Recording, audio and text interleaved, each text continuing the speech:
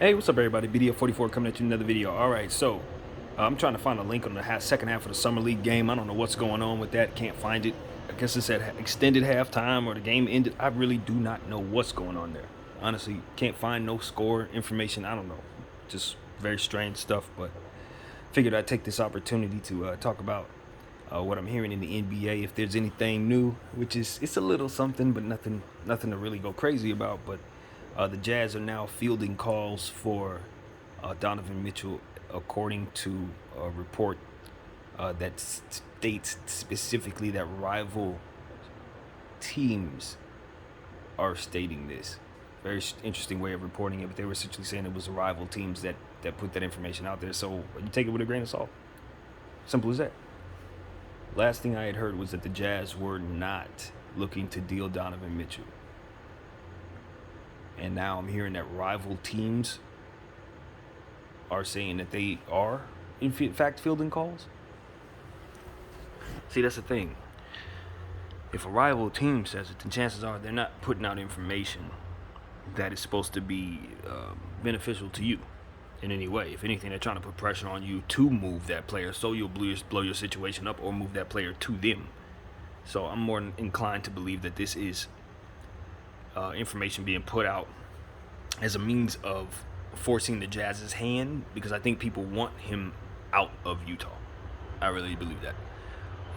Including his people probably want him out of Utah. So that's what I think of that report. They probably fielded a phone call for Donovan Mitchell, and then I think that person who they fielded the call with put it out that they were doing so. It's just like anything else, man. Those situations are very fluid. No, I'm not looking to trade Donovan Mitchell, but if you're gonna give me 7 picks for him and like the best player under 25, of course I'm gonna take your call, right? Could this be a lot going on behind the scenes? Could we see Donovan move soon? Sure, I think it's possible, depending on what Utah has done. Maybe they've changed their mind on what they want to do going forward. Maybe they got a whiff of what Donovan's plans are, and maybe things have changed over the last couple of days. But that's the latest on that.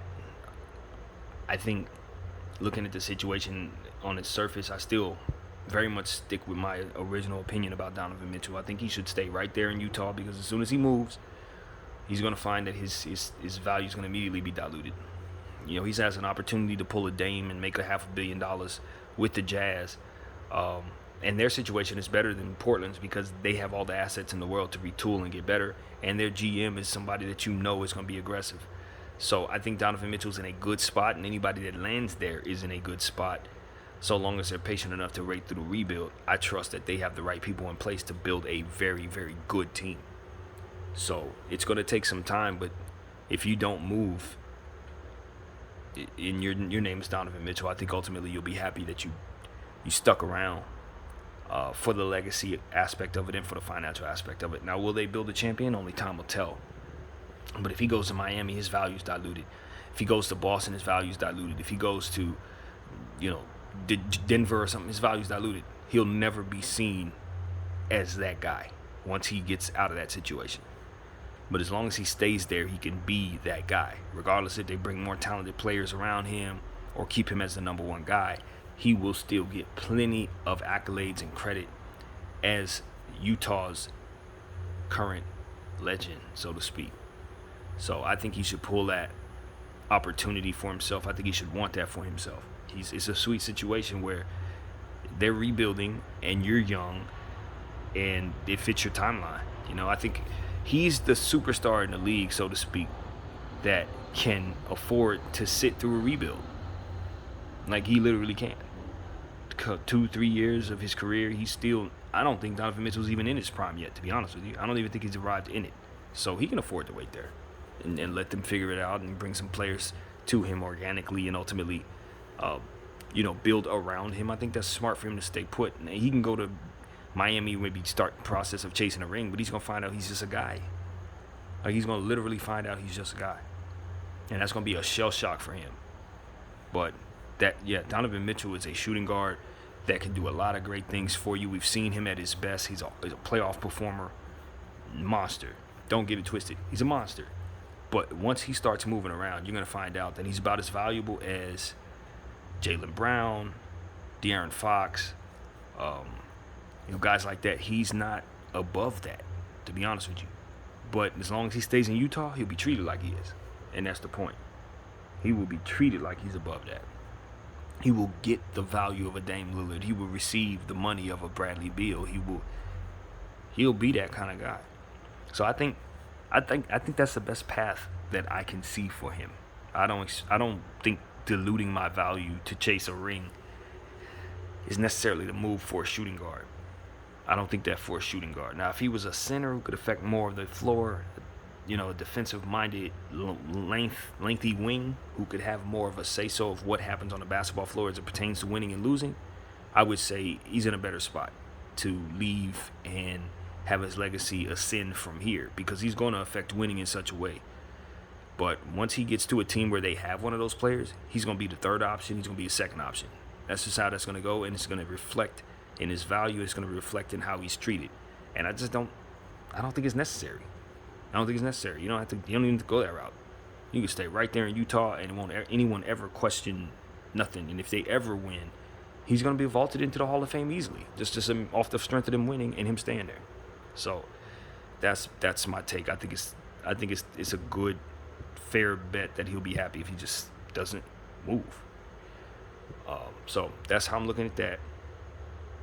The latest on Kyrie and KD, I'm sure you guys have heard. It's nothing new at all. The Lakers are not going to allow themselves to fall, victim to the manufactured pressure of ESPN's Brooklyn Nets. Let's just be honest with you. That's what it is. We are not going to be swayed by that entity there. They can do whatever they want. They could have their reporters say whatever they're going to say. You know what I'm saying? Like, that's what it really comes down to. But we're not going to adhere to any of that nonsense. We know what we're doing. We know Kyrie wants to be here. We know they don't want him. So that is the formula for how we need to strategize. And we're not bidding against ourselves. Simple as that. Until you show us a viable team that legitimately wants to trade for Kyrie Irving's $36 million contract, I don't think we should put anything more on the table than we already have. They're going to have to go back to the drawing board and figure this out if they can't make a trade with us, period. And I think that's exactly what we should wait for them to do. Because the situation is just getting uglier by the second. They're losing credibility by the second. And there's nothing they can really do, no matter what they tell us. And when I say that, I mean the ESPN reporters that they employ, or allegedly employ. It seems they employ. We're not going to be swayed by that, as I've said. So at this point, we just wait. As you guys know, you watch BDF 44. I'm an advocate for what's best for the Lakers. I'll try to be objective to a degree, but when it comes to the Lakers, I'm not. I have an agenda, and that's for us to win multiple championships in my lifetime from here. So I'm going to lend my voice to that first, and whatever else second, as you guys probably already know. That's not a secret. But at the same time, I will tell you what I see, and if what I truly see is Brooklyn trying to grasp for leverage that they really do not actually have. And I don't think that the media is being genuinely honest about that, and you clearly see why I believe that is the case. I was listening to Ticket TV as I always do. I listen to him. I listen to the ESPN guys. I listen to Fox. I try to listen to a lot of them. And I was listening to him tonight. He was essentially speaking about what it is that I was speculating about, which was, Brooklyn Nets and them just basically not necessarily having any leverage at all. That's essentially what he was saying was what I was saying. They're in a space where, they can't afford to really bring these two players back, even though they can try.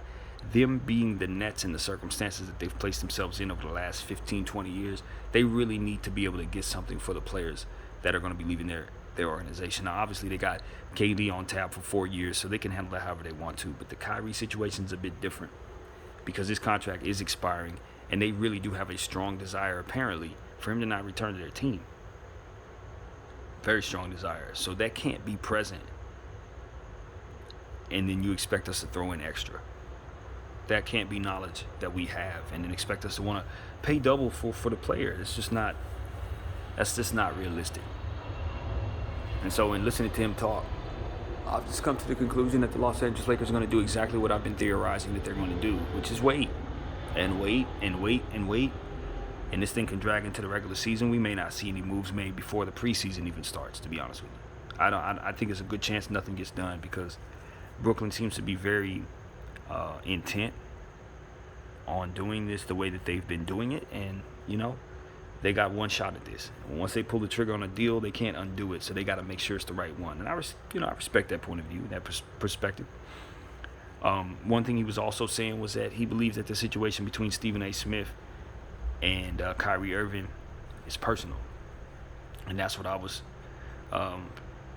had in my equation theorizing that speculating that was what was going on. I think whatever's going on there, it feels like it's real hate on Stephen A's part. It's real hate on it just feels like, and I can't shake it. And this isn't an independent thought. I've been hearing others say it too, but it just feels like the reporters are really legitimately representing the Brooklyn Nets. Like, a good portion of the reporting that I hear is pro Brooklyn, pro their leverage. And my thing is, that's just not what I see. Like, you can sell that to the American public, but that's just not what I see. What I see is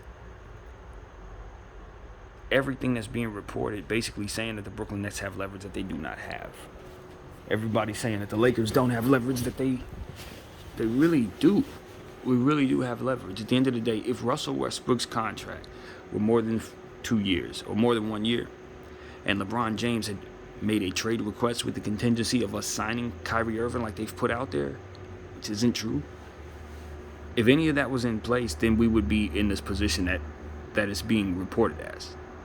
Because then we wouldn't be able to get rid of Russell Westbrook. The fit would then actually cripple us past this season, as to which we would have no hope of keeping LeBron James if that was a problem for him to stay with us. But the fact of the matter is, when he's up for extension, Russell Westbrook will undoubtedly be leaving, and we will have a bunch of cap space to bring him whatever he wants next year. It will not be as difficult to build this next year as it is this year at all. In fact, it'll be significantly easier. It's been like that the whole time, huh? I didn't even notice. Anyway, so with that being said, I truly believe that the Lakers in this entire situation are in the catbird seat. And whatever is being reported to us has the stench of personal bias. It really does. And reports of Stephen A. Smith having conversations behind the scenes with Brooklyn officials, and then you look at Woj, and it seems like he's reporting stuff that's representing the Brooklyn side of things. I can't help but see the correlation. They're sitting there in New York, ESPN clearly close by in Connecticut, and everything they got going on in the city of New York as well. It just feels like they're in cahoots. Like, literally, it feels like the Brooklyn Nets are in cahoots with ESPN, and I can't shake that. I think other people see it, and we're all irritated by it. The American public is irritated by that. So I just want that to be known, that looks away. And that's why I think Stephen A. Smith particularly, and the people above him, just need to tone it down as it pertains to Kyrie Irving, because it really does look funny. It looks funny. And they need to know it looks funny. And they don't want people scratching around finding out what's underneath that rug there. Because I'm willing to bet if I scratch and sniff, there's something there. So anyway, with that being said, man, I just wish everybody well. You guys know I'm a positive guy as it pertains to, wanting my voice to be led to positive things in regards to sports. Looking at this situation, I don't think there's a whole lot of positive energy there. As you guys probably know, I've told you once before that, I'm praying for these people involved in this situation. I'm not just talking about it. Like, I really do want to see these people succeed in this situation. Players involved, everybody involved. I'm not just a guy just talking. I really do genuinely want to see success take place with athletes who only have a short amount of time to do what it is that they do, as I always say. So for me, I just really genuinely want to see KD and Kyrie out of that web of negativity that is the Brooklyn Nets and their associates. I would like our great athletes out of that mix. I don't like nothing that I'm seeing over there. All of that energy in that whole conglomerate, that whole little packet over there, it's giving me bad vibes. And I don't blame the players for wanting out of that. Because that Stephen A., that whole web, ESPN, all that woes, that just feels funny, man. That feels ugh, to my soul. I'm just being honest with you. So, maybe that's the Laker fan in me, but I do think that ultimately LeBron James, the Los Angeles Lakers, Genie Bus, Rob Pelinka, Kyrie, all of us, we're gonna have the last laugh in this situation. Just like with the Clippers and Kawhi, I truly believe we're gonna have the last laugh with the Nets and Brooklyn as well, because they got a lot of bad energy pointed toward players that are not to blame for why they failed. And so, if you follow me, you know that's not a new thought rather. I've been on that for over a month now. So that's what I wanted to say, man. Big energy, good energy to everybody involved, except for those who are doing weird stuff behind the scenes to affect the value of players that they personally have issues with. If you're not going to let the American public know exactly what those issues are, stop letting us see how dirty your war is. That's what I have to say to you guys. My name is BDF44. I thank you all for watching.